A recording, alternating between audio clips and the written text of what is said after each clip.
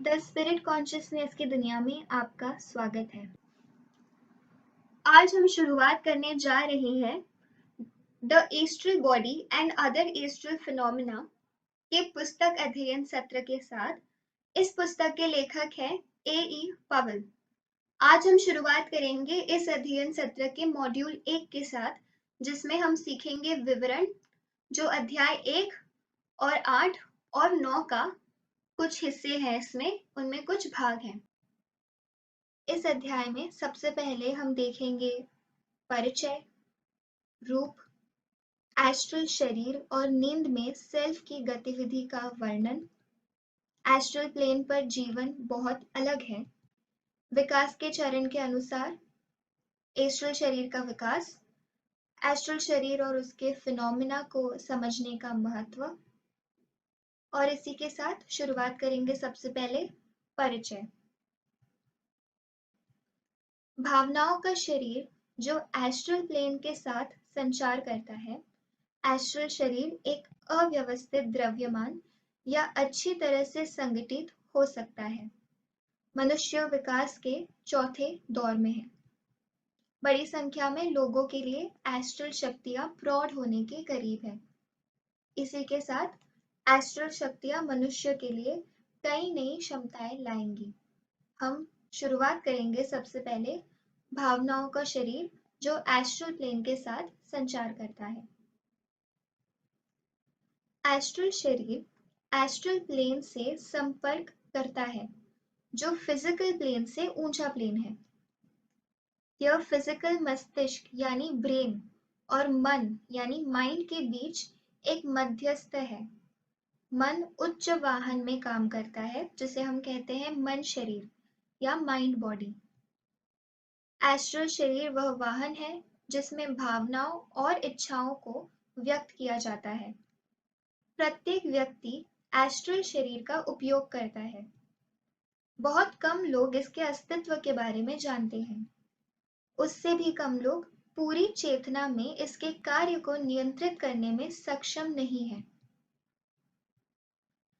Astral दुनिया सभी भावनाओं का आधार है।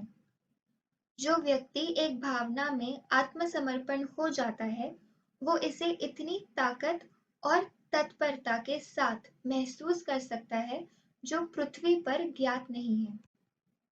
फिजिकल शरीर में फिजिकल प्लेन में ट्रांसफर होते समय एक भावना की अधिकतम उत्पादकता यानी प्रोडक्टिविटी खो जाती है। हालांकि अपने स्वयं के एस्ट्रल प्लेन में पूरे बल के साथ अनुभव किया जा सकता है। इसलिए एस्ट्रल प्लेन पर अनुभव की गई भक्ति या स्नेह फिजिकल प्लेन की तुलना में बहुत अधिक तीव्र है। उसी तरह फिजिकल प्लेन पर अनुभव किया गया दर्द सामान्य फिजिकल प्लेन के लिए अकल्पनीय है। हालांकि एस्ट्रल दुनिया में सभी दर्द और पीड़ा वैकल्पिक है और इसे नियंत्रित किया जा सकता है। संभव है कि फिजिकल दर्द को मस्तिष्क द्वारा नियंत्रित करना बेहद कठिन है, लेकिन एस्ट्रल प्लेन पर इच्छा शक्ति उपयोग करने वाला व्यक्ति क्षणों में भावनात्मक दर्द को दूर कर सकता है। ये बात आपके दिमाग को चौंका सकती है, लेकिन पूरी तरह से सच है, क्योंकि इच्छा शक्ति और मस्तिष्क यानी दिमाग सामान्य पदार्थ से बहुत शक्तिशाली है। अब हम देखेंगे एस्ट्रल शरीर एक अव्यवस्थित द्रव्यमान या अच्छी तरह से संगठित हो सकता है। ज्यादातर लोगों के साथ एस्ट्रल शरीर नवजात पदार्थ का एक द्रव्यमान यानी मास है, जो काफी हद तक अविकसित और असंगठित है। यह स्वयं के नियंत्रण में नहीं है। दूसरों के साथ एस्ट्रल शरीर अच्छी तरह से विकसित और अच्छी तरह से संगठित है। इसका अपना जीवन है और अपने मालिक को उपयोगी शक्तियां देता है। अब हम देखेंगे मनुष्य विकास के चौथे दौर में है। छात्रों को यह ज्ञात होगा कि मनुष्य अभी चौथे दौर में है। यह दौर इच्छाओं और भावनाओं के विकास के लिए है। हालांकि हम उस बुद्धिमत्ता को भी विकसित कर रहे हैं जो पांचवें दौर की एक असाधारण विशेषता है। ऐसा इसीलिए है क्योंकि हमारे विकास में प्रमुखता से वृद्धि हुई है। वीनस ऑफ द फ्लेम से वंशज तथा एडैप्ट्स का काम, जिन्होंने हमारे लिए उस शक्ति को संजोया है, लगातार खुद को बलिदान कर रहे हैं ताकि हमें बेहतर प्रगति करने में मदद करें। याद रखिए, फिफ्थ रूट रेस मन शरीर यानी माइंड बॉडी स्तर पर सक्रिय है और चौथी रूट रेस एस्ट्रल शरीर से संबंधित है। अब हम देखेंगे बड़ी संख्या में लोगों के लिए एस्ट्रल शक्तियां प्रौढ़ होने के करीब हैं। हालांकि कुछ लोगों की चेतना का केंद्र एस्ट्रल शरीर में स्थित होता है, लेकिन कुछ इसके अस्तित्व या उपयोग से अनजान होते हैं। उन्होंने कई परंपराओं और रीति रिवाजों के साथ कई जीवन जीते हैं जिसमें एस्ट्रल शक्तियों का उपयोग नहीं किया गया है। फिर भी शक्तियां एक शेल के अंदर धीरे धीरे और अंत में विकसित होती रही हैं, जैसे कि एक अंडे के अंदर एक चूजा बढ़ रहा है। इसलिए बड़ी संख्या में लोग एस्ट्रल शक्तियों के बहुत करीब हैं, लेकिन इसके बारे में अनभिज्ञ यानी अनअवेयर है। अब हम देखेंगे एस्ट्रल शक्तियां मनुष्य के लिए कई नई क्षमताएं लाएंगी। जैसे जैसे एस्ट्रल शक्तियां जनता द्वारा बेहतर समझी जाएंगी, बहुत जल्द यह संभव हो जाएगा कि निष्क्रिय एस्ट्रल शक्तियों को सक्रिय किया जा सके। वर्तमान समय में एस्ट्रल शक्तियां अधिक सामान्य हो सके। वह शेल जिसमें एस्ट्रल शरीर बढ़ता है स्वकेंद्रित विचारों से बना होता है और व्यक्ति को गहराई से दफन किया जाता है। यह निद्रा जीवन यानी स्लीप लाइफ में शायद अधिक प्रासंगिकता के साथ लागू होता है, जिसमें हम निद्रा जीवन यानी स्लीप लाइफ को कवर करने वाले मॉड्यूल में चर्चा करेंगे। अब हम देखेंगे रूप। क्लेरवॉयंस को एस्ट्रल शरीर एक फिजिकल शरीर की तरह दिखती है। यह चमकती रंगों की छवि से घिरा हुआ है, फिजिकल पदार्थ की तुलना में अधिक महीन यानी फाइन पदार्थ है जिसमें ईथर पदार्थ शामिल है। अब हम देखेंगे एस्ट्रल शरीर और नींद में सेल्फ की गतिविधि का वर्णन। सबसे पहले देखेंगे एक अविकसित व्यक्ति में, फिर एक विकसित व्यक्ति में। एक अविकसित व्यक्ति में एस्ट्रल शरीर बहुत आदिम है। फिजिकल शरीर की नींद के दौरान स्वप्न एक काल्पनिक अस्पष्ट अस्तित्व का नेतृत्व करता है। जब वह अपने फिजिकल शरीर में जागता है तो अपने नींद जीवन यानी स्लीप लाइफ के बारे में कुछ भी याद नहीं रखता। अब देखेंगे एक अविकसित व्यक्ति में। एक अविकसित आदमी में यह सक्रिय रहता है जब फिजिकल शरीर सो रहा होता है। इस गतिविधि को रोचक और उपयोगी बताया गया है। सेल्फ इसकी यादों को बनाए रख सकता है, जो कि कुछ हालातों में फिजिकल मस्तिष्क यानी ब्रेन द्वारा याद किया जा सकता है। अब हम देखेंगे एस्ट्रल प्लेन पर जीवन बहुत अलग है। एस्ट्रल शरीर के लोगों को इस बात की परवाह नहीं होती कि फिजिकल मस्तिष्क यानी फिजिकल ब्रेन में एस्ट्रल यात्रा की यादें बरकरार है या नहीं। उनमें से 90% भी फिजिकल शरीर में लौटना नहीं चाहते हैं। फिजिकल जीवन की नियमित यात्रा की तुलना हर दिन कार्यालय जाने वाले व्यक्ति से की जा सकती है। वे इसे अनिवार्य रूप से नापसंद नहीं करते हैं, लेकिन अगर ऐसा करने के लिए मजबूर किया जाए तो यह करेंगे। फिजिकल शरीर में वापस लौटना एक बहुत ही सीमित भावना है, जैसे कि एक मोटे भारी कपड़े से ढका हुआ है। एस्ट्रल प्लेन पर जीवन इतना रमणीय है कि तुलनात्मक रूप से फिजिकल जीवन बहुत नीरस लगता है।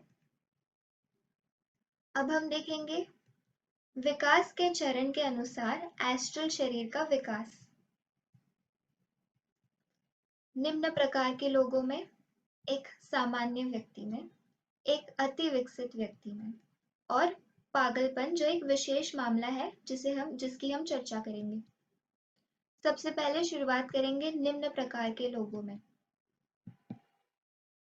कामा या इच्छा निसंदेह प्रमुख है। मानसिक विकास में कुछ उन्नति होती है। एस्ट्रल शरीर के निचले आधे हिस्से में चेतना केंद्रित है। जीवन पर फिजिकल संवेदनाओं का प्रभुत्व है। एस्ट्रल शरीर आभा का सबसे स्पष्ट हिस्सा है। अब हम देखेंगे एक सामान्य व्यक्ति में। एक सामान्य व्यक्ति फिजिकल संवेदनाओं द्वारा जीवन जीता है, लेकिन उच्चतर एस्ट्रल भूमिका भी होती है। लेकिन फिर भी जो वह चाहता है उसके प्रेरक प्रश्न के अनुसार व्यवहार करता है, बजाय इसके कि क्या सही है। अधिक विकसित व्यक्ति तर्क द्वारा इच्छा को नियंत्रित करने से खुद को उच्च एस्ट्रल शरीर से निम्न मेंटल शरीर में स्थानांतरित कर रहा है। इच्छा के बजाय मूल्यों से नियंत्रित होना शुरू हो जाएगा, क्योंकि वह अंततः ऊपर की ओर बढ़ने लगा है। अब हम देखेंगे एक अति विकसित व्यक्ति में। कॉजल यानी उच्च मानसिक शरीर से परे चेतना विकसित हुई है, इसीलिए बुद्ध यानी बुद्धिक प्लेन पर स्वतंत्र रूप से सक्रिय है। चेतना का एक हिस्सा आत्मिक प्लेन में है, इसलिए उच्च मेंटल और आत्मिक प्लेन के बीच मौजूद चेतना का केंद्र है। निम्न भागों की तुलना में अधिक उन्नत स्तर पर उच्च मेंटल और आत्मिक प्लेन है। सभी कामा से परे पहुंच गया है जो अवतार में उसे सकता है, इसलिए फिजिकल शरीर को बनाए रखता है ताकि उच्च बलों के लिए फिजिकल प्लेन तक पहुंचने के लिए एक माध्यम के रूप में उपयोगी हो सके। इसलिए वह इसके माध्यम से काम कर सकता है और उसके पास कोई विचार या भावना नहीं है। अब देखेंगे पागलपन, एक विशेष मामला। पागलपन के कई कारण हो सकते हैं। उदाहरण के लिए शारीरिक यानी फिजिकल, एथरिक यानी ईथर, एस्ट्रल, मानसिक यानी मेंटल, निकायों में से कोई एक या अधिक दोषपूर्ण हो सकता है। पागलपन पर एक विशेष प्रकार द्वारा संचालित है। एस्ट्रल पदार्थ और ईथर पदार्थ के बीच या एस्ट्रल पदार्थ और मानसिक पदार्थ के बीच उचित ट्यूनिंग की अक्षमता। ऐसी स्थिति में पवित्रता तभी प्राप्त की जा सकती है जब व्यक्ति एस्ट्रल शरीर को छोड़कर मानसिक शरीर में पहुंच जाए।